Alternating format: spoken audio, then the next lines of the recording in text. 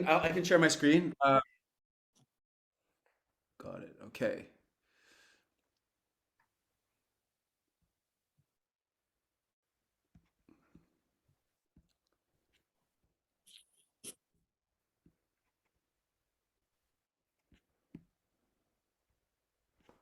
Okay. So are we at? you- Is is my black and gold screen showing up for you? Yes. Okay.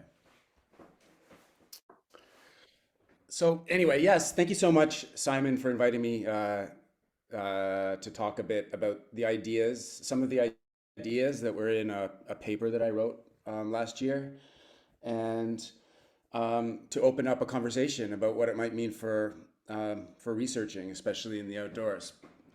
Um, I was reading the paper over again in preparation for this, and I don't know. It felt very dense to me. So I decided I would just extract like some sort of key ideas that I think come from it that we can then sort of just bounce around and talk about a little bit. So yeah, that's how I'm going to proceed with this. Um, so the way that I've conceptualized this is that I've got an overall purpose and then a plan for achieving that. And I think my overall purpose with you guys is to discuss and deepen what we mean by the concept anthropocentrism and its twin, de-anthropocentrism or non-anthropocentrism. Like, what are these two terms, um, and what's the relationship between them, and why does it matter? I think that would be the overall aim, and I'm going to pursue that in kind of through a three-step process. The first one is that I'm going to interrogate the word anthropocentrism and pull out some of the different meanings or different ways in which we are anthropocentric or not anthropocentric. To challenge the idea that maybe this isn't just a unified term that has a specific meaning, but is itself has complex and maybe contradictory meanings within itself. Second, I'll be then talking about how I think the word anthropocentrism and it's whatever we think its opposite is, let's call it non-anthropocentrism or something like that, in which way these two are actually not opposites. Um, and um, I think that these first 2 points are interconnected. I think that the reason that the reason that there's a fluidity between these two terms and there are multiple meanings in the first point are interconnected.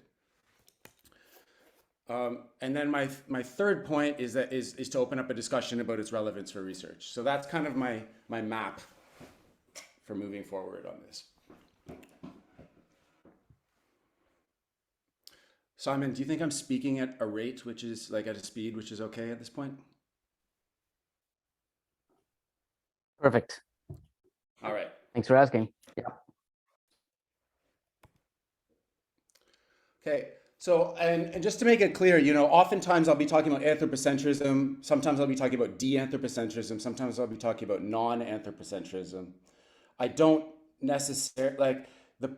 I think that often a type of criticism of one can be used to apply to the others as well, because part of the problem is the separation between these terms in the first place. So that's just kind of something to remind you to keep in mind as I'm going through.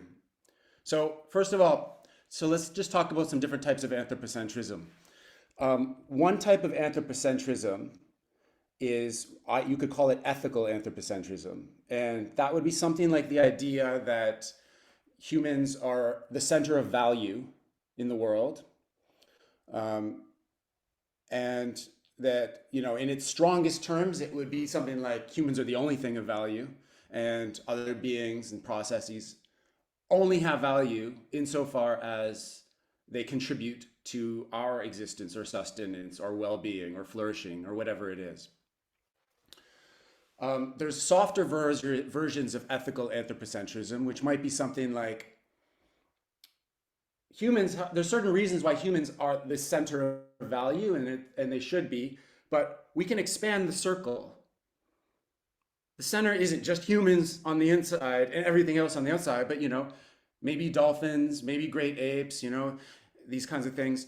That there's a way of expanding the circle out to include other species within the realm of ethical considerability.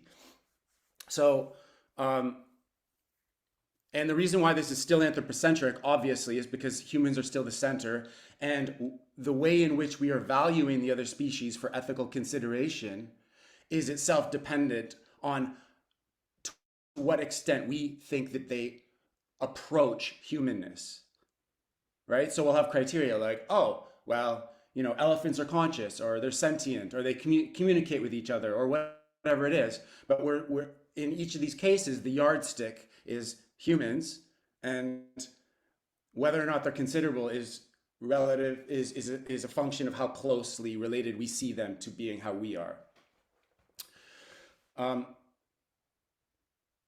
But the circle can be expanded out like far, right? So some people will want to expand this out to include all mammals or all of life or whatever. But the point is that in a lot of these cases, the human will still be considered the center for ethical consideration.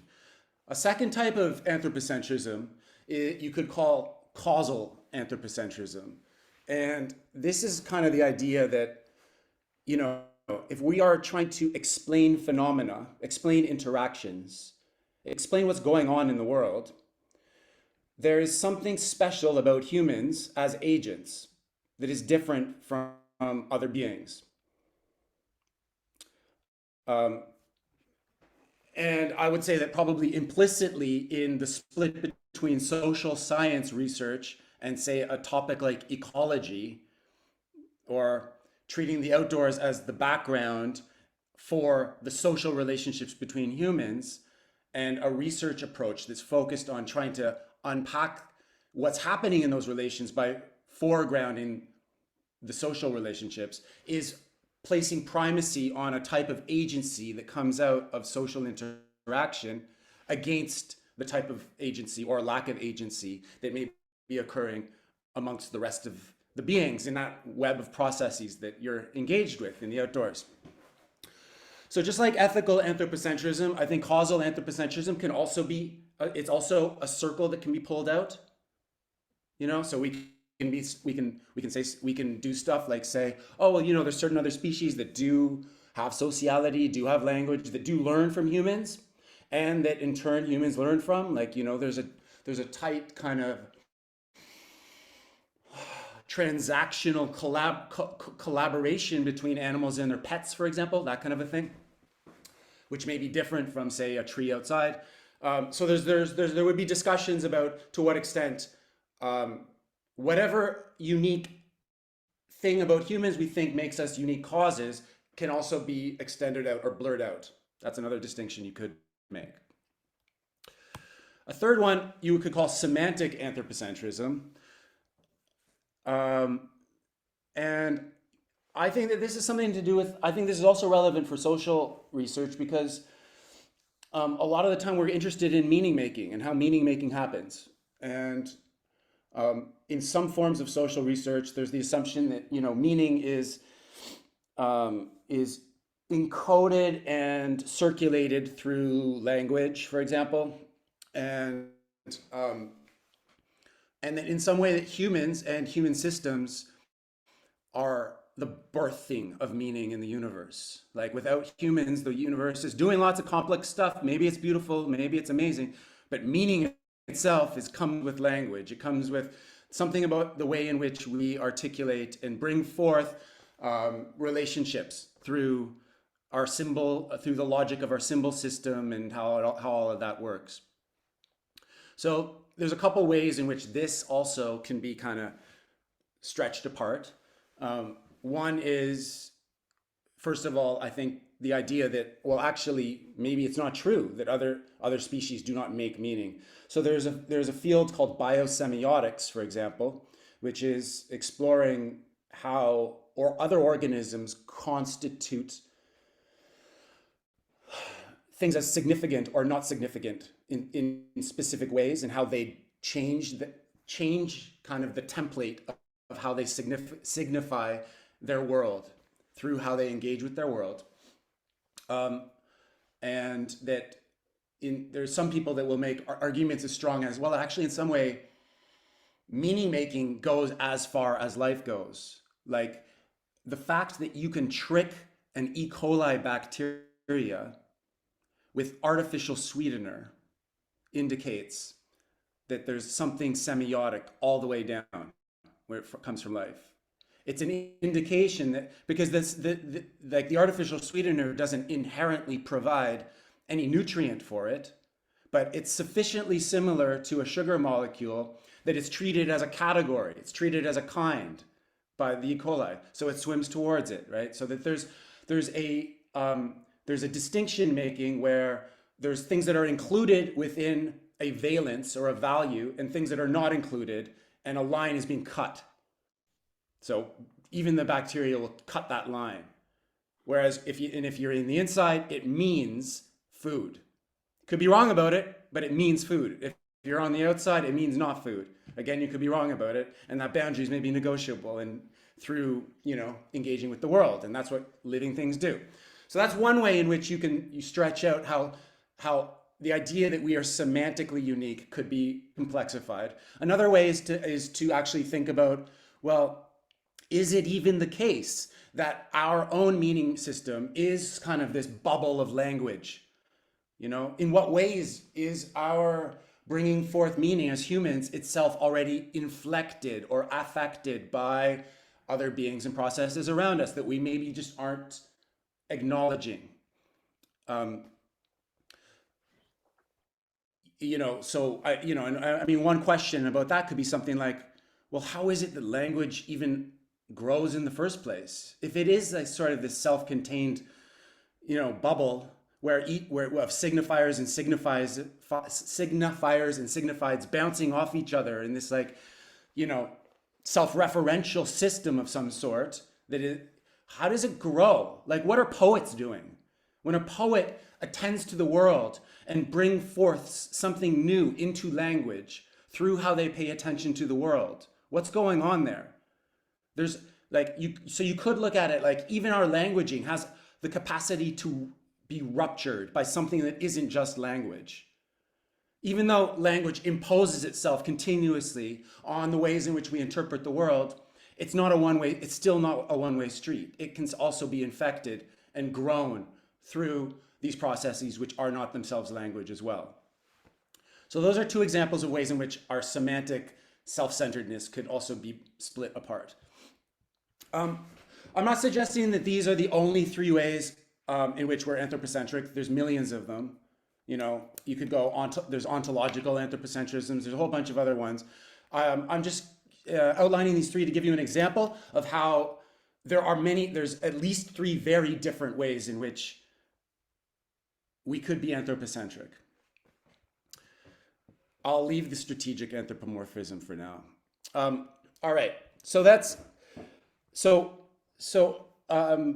before I go to the next slide, I want us to also make the point here that depending on which anthropocentrism you're focusing on, what it means to de-anthropocentrize will be different.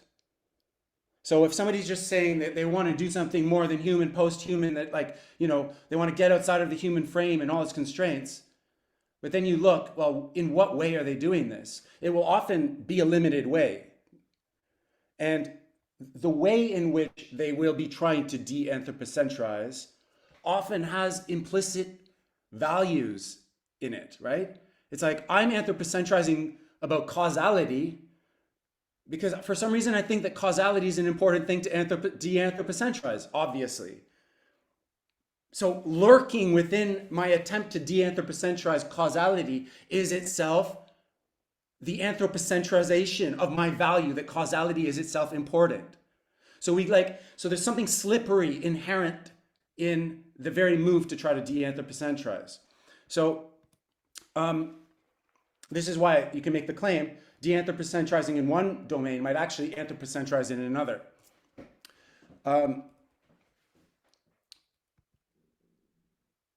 Yeah, so depending on what matters to you, you may or I can't even read what my slide is because you guys are in front of it. Okay. Depending on what matters to you, you may or may not have a limit on what is considerable for de-anthropocentrizing. Um, if meaning is constituted by life.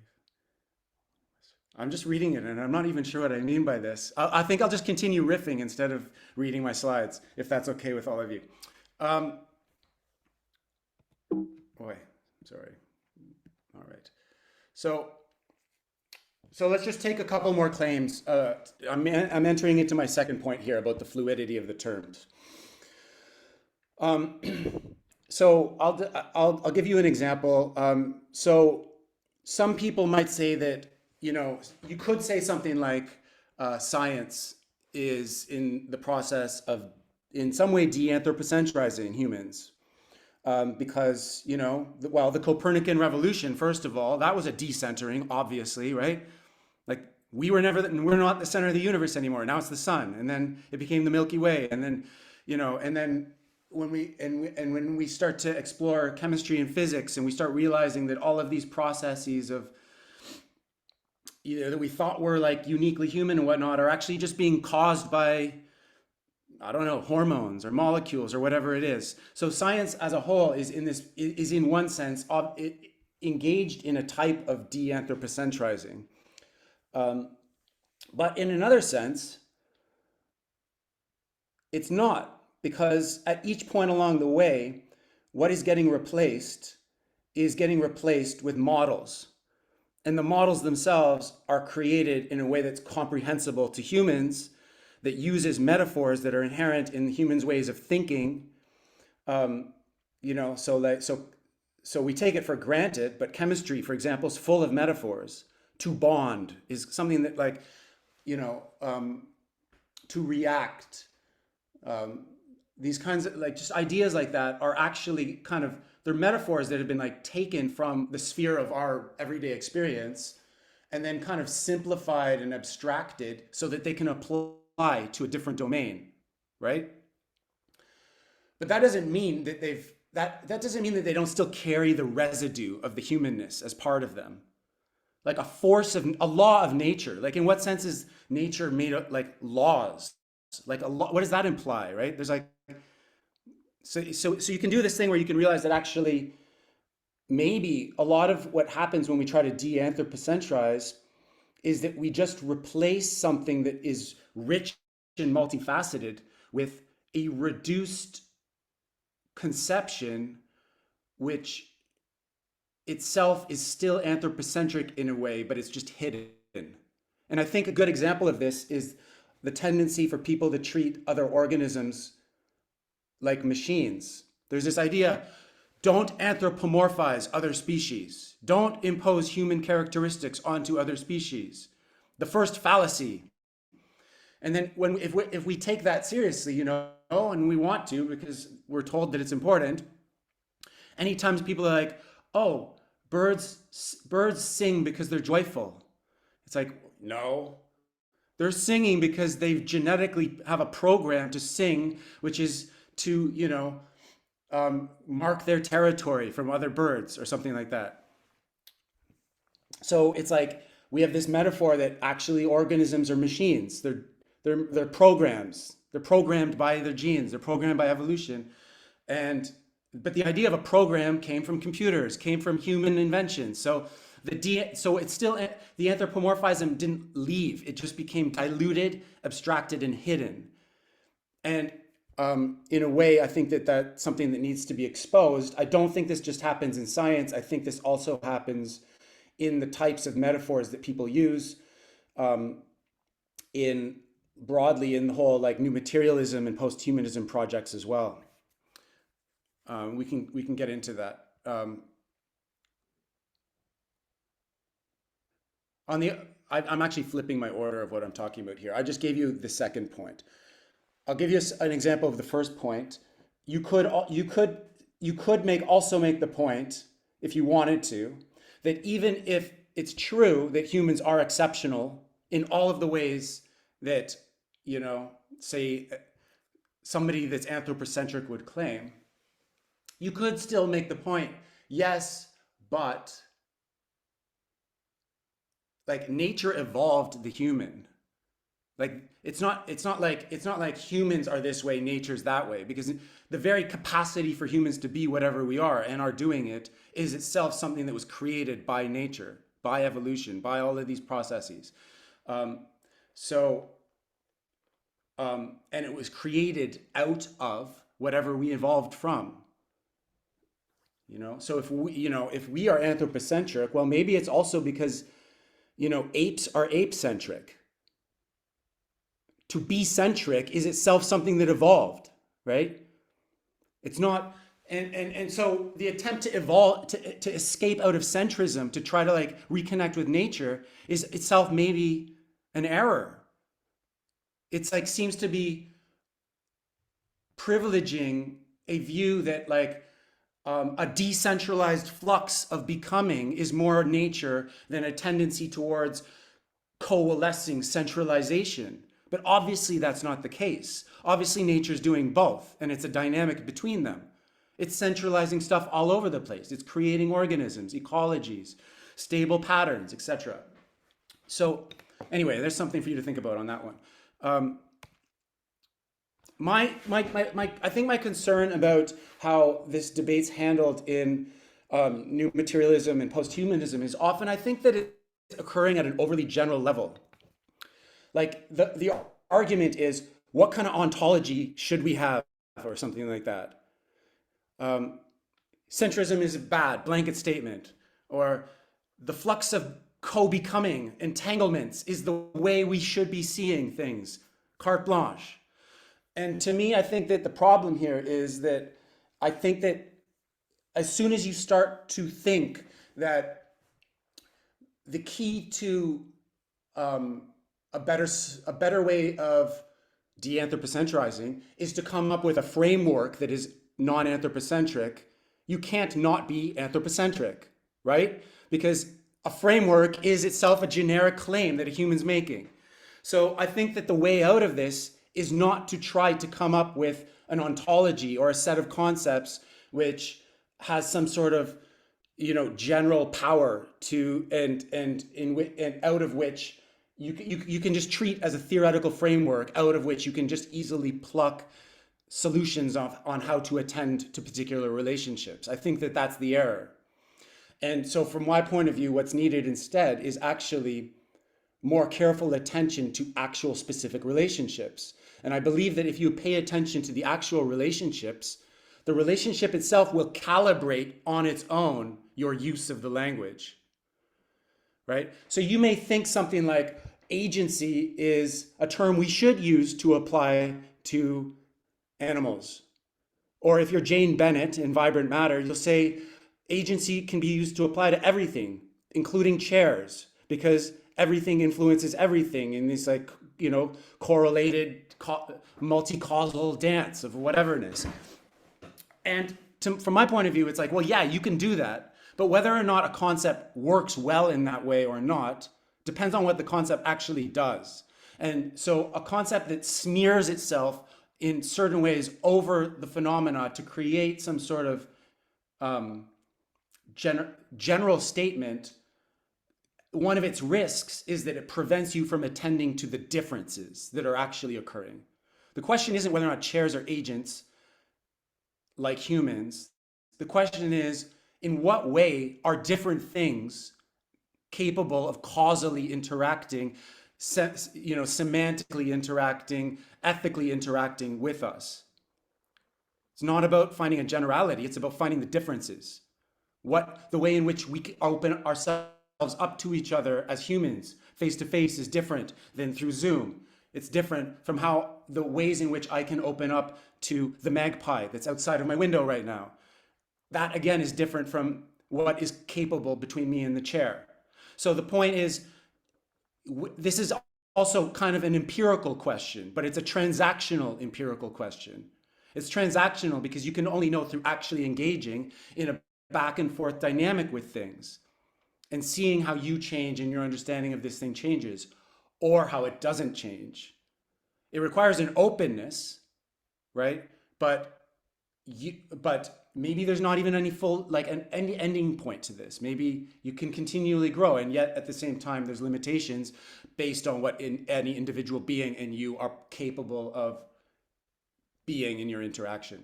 So, from my point of view, I tend to look at this more as I think that there's a useful metaphor that I would take from Gadamer, actually. So in Gadamer's book Truth and Method, he talks a lot about this concept of prejudice. And in common language, prejudice is is considered something negative because it's seen as this like sort of stereotyping template that you impose on others, and which prevents you from engaging with them in who they are. But for Gadamer, he's like, yeah, that kind of prejudice is bad. But it doesn't follow that all prejudice is bad.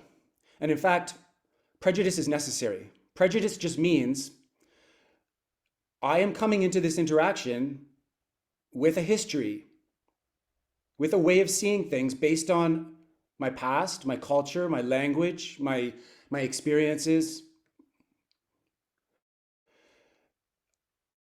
I cannot erase that context without also erasing the possibility of meeting another person, because my context is how I meet the other.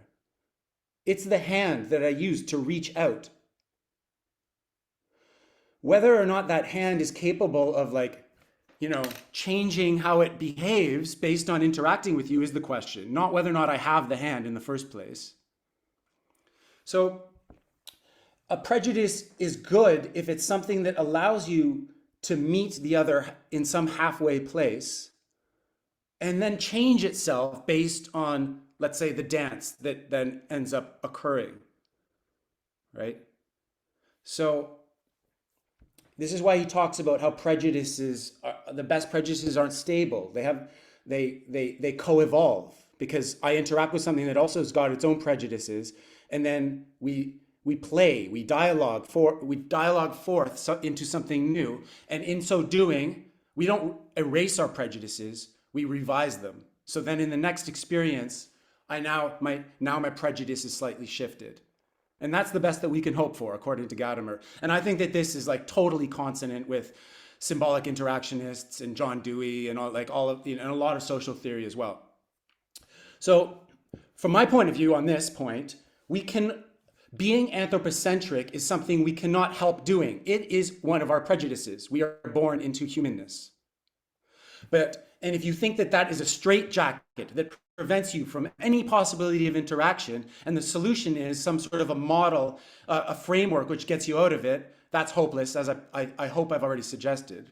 But if you don't treat it so seriously and you think of it as, hey, this is my opening into the world, I can only de-anthropocentrize if I take my anthropocentrization seriously. If I take this as the ground of my meeting the world and of the very possibility of my being able to change through encountering it.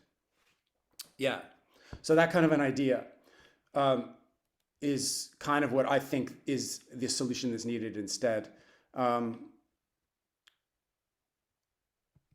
So here, let me just see the time here. All right. I'm just going to open up some provocations about what this might mean. I don't know what it means for research, but about some directions, some places it might mean things for research. That's what I'll do. So in a typical research project, we've got to formulate a question. We have a theoretical framework. We have some sort of a way of gathering data. We have a way of analyzing data. We have a way of drawing conclusions from that. And we have a way of representing our research through through the language we use, through how we compose our sentences, through other media that we might use. So I guess I would suggest that if people are concerned about the bad kind of anthropocentrism, the one that closes us off with bad prejudice and prevents us from being open to the more than human, then we could be proper Gadamerians in each of these contexts, right? So, well, what would it mean? What do I, what I don't know. I'm just going to choose a random one here, but say something like interviewing, right? It's like, well, what does interviewing mean if I want to engage in the type of transaction that will move us out of a destructive type of anthropocentrism? And it's about experimenting. So, does it mean that we have to do the interviews outdoors? Does it mean that part of the interview has to be me and the person I'm interviewing attending to, paying attention to the beings that are around, and just and in some silence, or asking ourselves at some point, to pay attention to how we think that they may be modulating our thoughts or feelings, how they're part of the interview in some sense? Does it mean in some way trying to figure out what it might even mean to interview other species, which obviously doesn't mean asking them questions, but what does it mean to establish an interview, a view between, right? And in some way, I mean, if you take that seriously, it kind of does ask you to ask questions of like, well, what is really the distinction between social theory and ecology in a sense? And this is probably one of the problems with a lot of the social scientists, in my view, is that they want to include the more than human as much as possible in it, but they don't actually have the skills or patience to pay attention to the more than human world. So they're just stuck talking about it in general terms. Oh, so we were interviewing and the trees and the wind were like affecting our interview. They were making it windy or something like that. But it's like, yeah, but your capacity, right, to be open to what they're doing is itself limited by your current prejudices. And the more that you pay attention to the more than human world, the more your prejudices will shift and develop and open up. But as long as we have this like sharp split, and then we think that ecology is one thing, social research is another thing, I don't think that approach is going to get very far.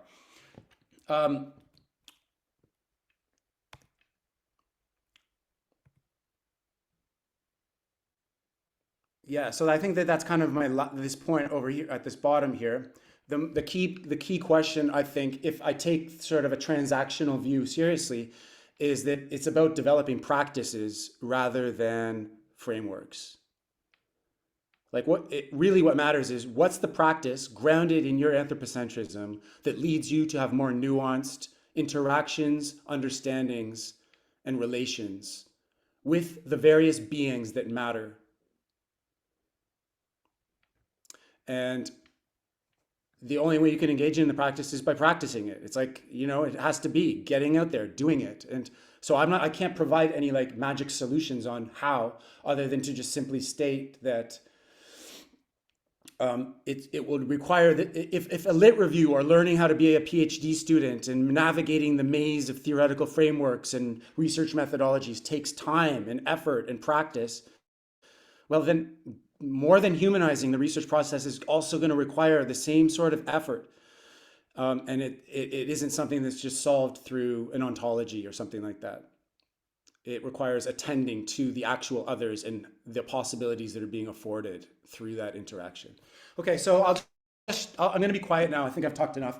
And we can open this up for a discussion about, I'm really interested in whether or not, if any of this seems to matter to you in particular in your own research, in your teaching, and also particularly if maybe you have some ideas on how you may be already kind of negotiating this fluid relationship between anthropocentrism and de-anthropocentrism in your own practice, and maybe, see how it goes.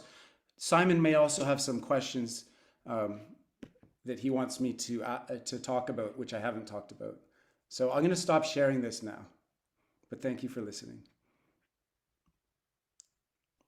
Thanks so much, Ramsey. Oh, I've got just so many questions, but I think the right thing to do is for me to not ask them and to let others have a go.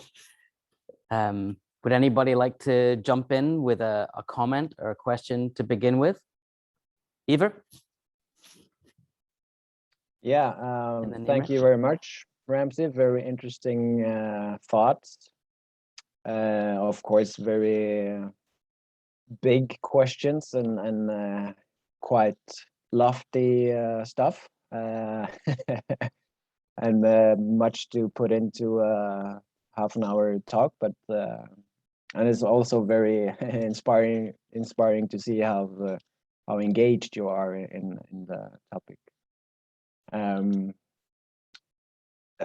But well, I've read some, try to read some Donna Haraway and Bruno Latour and new materialism, and it's so I kind of know a little bit of what you're aiming at, but I still am wondering a bit more about the initial project you have, kind of. So I understand that you have a problem with the idea of the anthropos.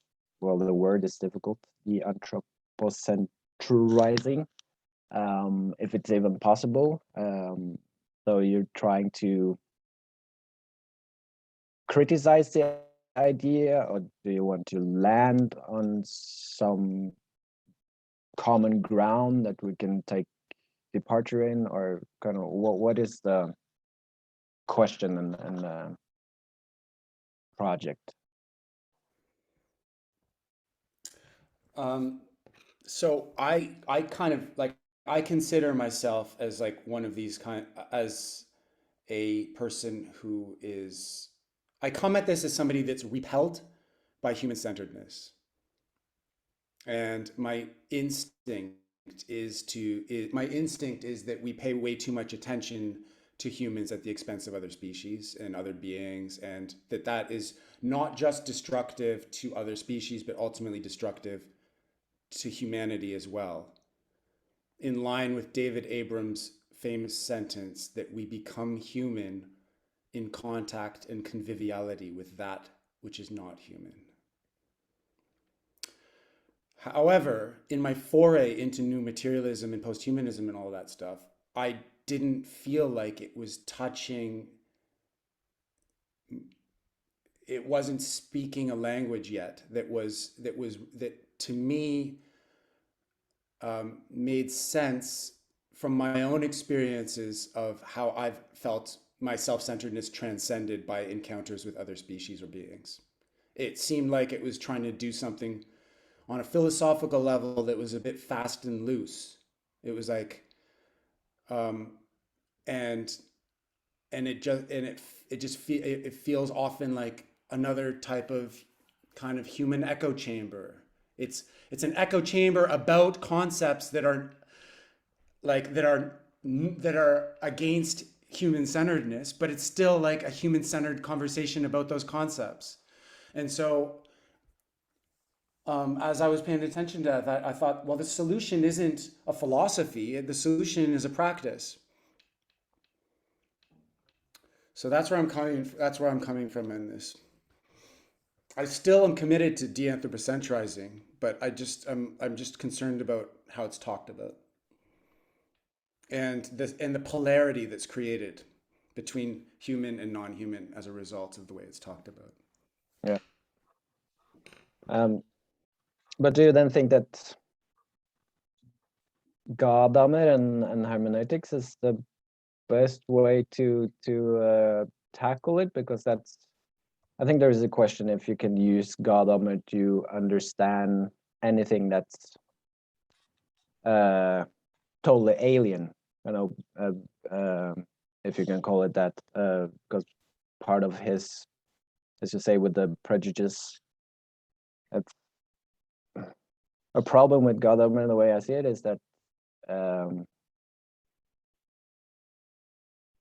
following him, it's difficult to understand what you don't have any prior experience with in some way. So if you want to try to step out of the human experience and bring in other experiences, it's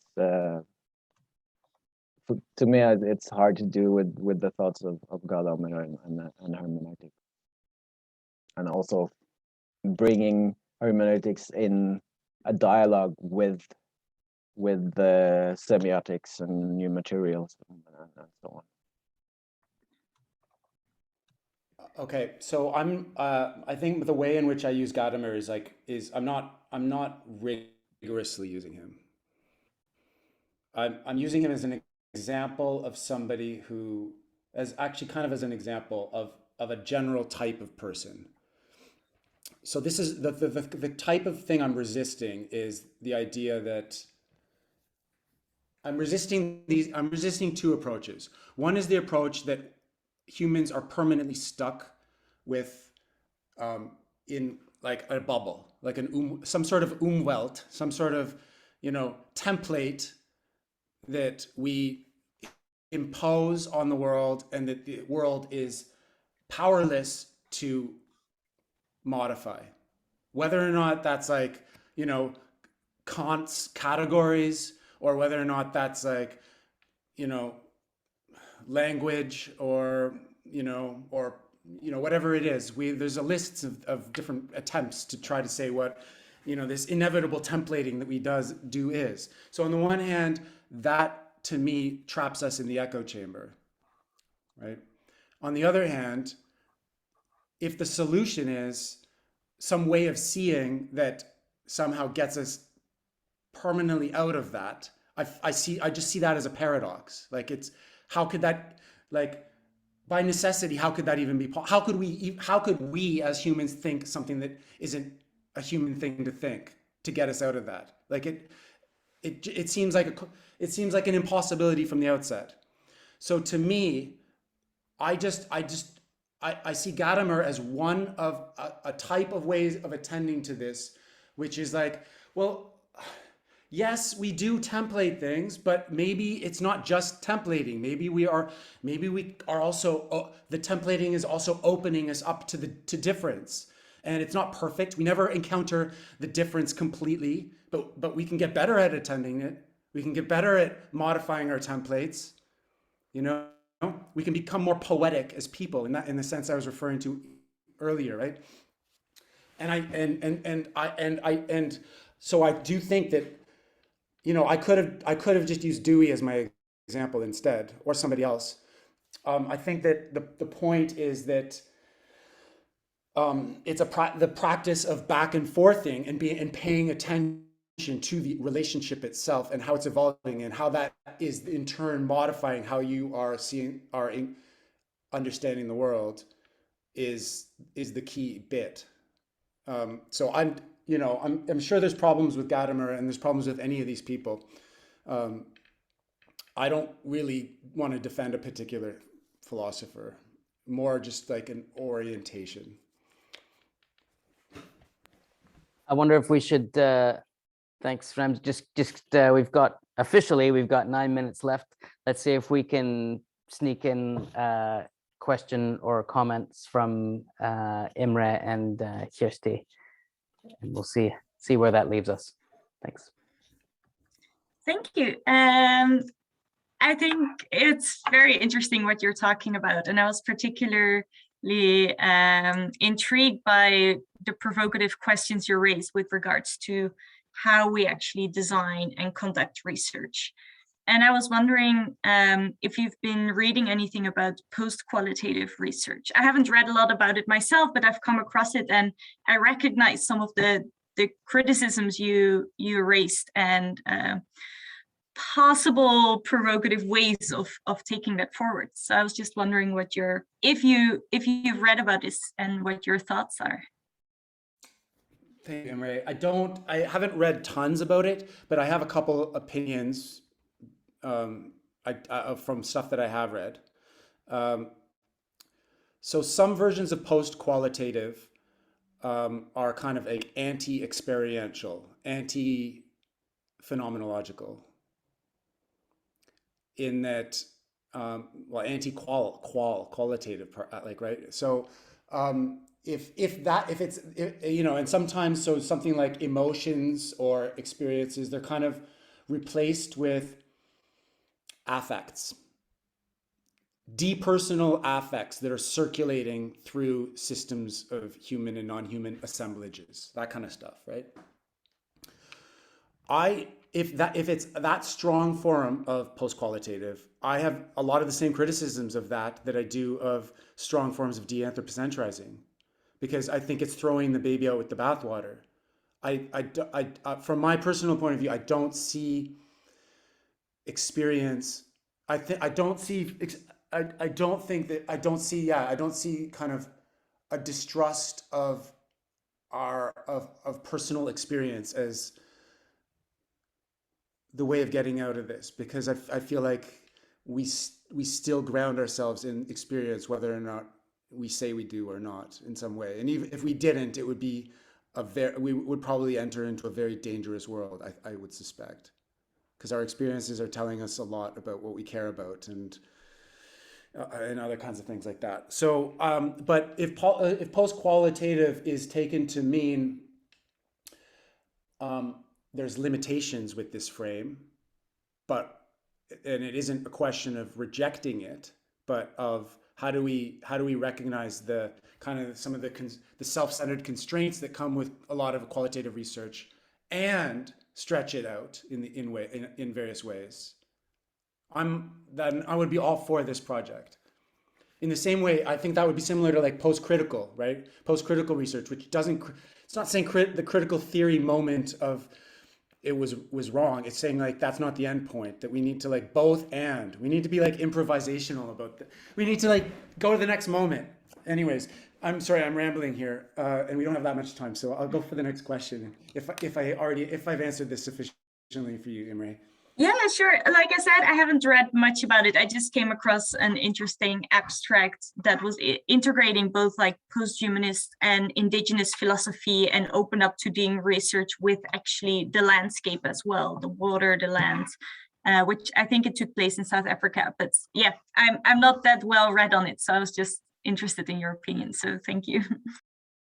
Yeah, I think it's interesting. Like, I've read a lot of anthropological accounts of indigenous groups around the world, and I don't know. From my point of view, I don't see them doing these types of strong non-anthropocentrisms that kind of some new materialisms are trying to achieve. And I don't see them rejecting the phenomenology of their own experience and that kind of thing. So I think that you're bringing up another point, which I think also indicates, I don't know, at least from what I see, and I've lived in Laos with ethnic groups for 10 years. It's like people like I think that from what I understand, a lot of indigenous groups, they do ground it in they do ground their more than humanizing in the human experience, in a way that's similar to what I'm suggesting, but probably have the actual practices which I want to achieve, but don't have 7 generations behind me in order to get there. Okay, sorry, but anyway, what's the next question? Kirsti. Thanks a lot, Ramsey. It's very rich, and the discussion is going in many different directions, and it's also coming from a mix of thoughts and ideas, and how to try to criticize the way we live and to find new ways of relating to the more than human world. And if I see it from the outdoor world, it seems like this kind of discussion comes up when outdoor education is decontextualized. It's not situated in time, space, in a particular culture, or it's decontextualized. And I very much agree with you that we are humans. We can never step out of our human body or shoes, but of course we can relate differently to the more than human world. And in the kind of research that I have been dealing with an anthropological or cultural analytical approach, I see that you cannot talk about humans in this very generalist way, as if everyone is the same, because there are different ways of relating and to each other and to the more than human world. So I have called that in my research for an equal cultural way of dealing with this complexity of questions, which are situated in time and space. And within Norway today, there are different ways that people relate to the outer world, of course, so or to the more than human. So how, as I understand you, you are critical of this much of the theory, which I have also dealt with. I've dealt with it since the mid-1970s when Arne Næss came up with eco-philosophy and identifying yourself with the outer world and so on. How do we do that? How far can it go to identify with the other? So what about culture, time, space, differences between humans? I feel that this discussion is very much Anglo-centric, inspired in a way. Yeah. If I can be a little bit critical from a perspective where we still have traditions, we still have living history and popular cultures and so on. What will the comment be on the differences, cultural differences, and then people's relationship more than human? I completely agree with you. I completely agree with this. And I'm really happy that you brought up time and space. I would also add embodiment, because embodiment is the way in which we experience space and time. And yeah, and like you said, tradition as well. So all of these things do lead to the type of if I'm suggesting that we orient towards actual practice instead of a generic ontology. Yeah. I don't think that one practice will come out of this or is coming out of this already. It will be place-based and developmental in the ways that you're suggesting, and diverse. Yeah, I very much agree with everything you said there. So, and I was reading this from your paper that you had this way of open up. So I think another interesting discussion is also ethical aspects when we deal with young people and taking the perspective of young people with a post-humanist or post-pedagogic approach has some very difficult ethical considerations, I think. I didn't really hear that. Oh no, because of your sorry, but if the connection it's is the bad. microphone. Yeah, okay. But I heard that you were talking about ethical considerations with young children. Yeah, and when as a pedagogue, working with young children from a post humanist perspective. Oh. So I think it's interesting to discuss what that ethical considerations when we do that. But I see it's not time for it, but this is also an aspect which is very interesting and rich, according to me. I'm working with a PhD student who works with small children, so we have dealt with the questions whether post pedagogy, how can it be related to working with young children, for example. I look forward to hearing what you come up with on this. They've written 4 papers already. Oh, right, okay. We put it into time, space, and bodily experience. Let's well, first of all, thank you, Ramsey. I feel like this is we need to now go away for our 3-day writing retreat and just discuss this. There's just so much in here to go at, and so thanks for starting what I hope is starting a conversation for us with us. It would be great if you could continue some of this with us. Frankly, I would love it. We need to get you over here to hang out with us in Oslo. It's 3 o'clock, and I want to honor the time. I know people have this childcare, busy lives, other commitments. So let's bring this part of the meeting to the close. I'll put this recording. I'll stop it now, actually. Or did I stop? No, I'll stop it now.